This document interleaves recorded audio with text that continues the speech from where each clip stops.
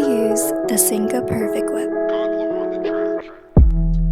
First, grab your Senka and apply a pea-sized amount, or about 2 centimeters. Then add a few droplets of water and start whipping away. You can create the foam by lathering in a circular motion with your fingers like this. Add more water if necessary. Keep lathering and you'll quickly notice how fast this cleanser can foam up. When your foam starts to transition from a thick cream to a soft but dense foam, that is when you know it's ready to use.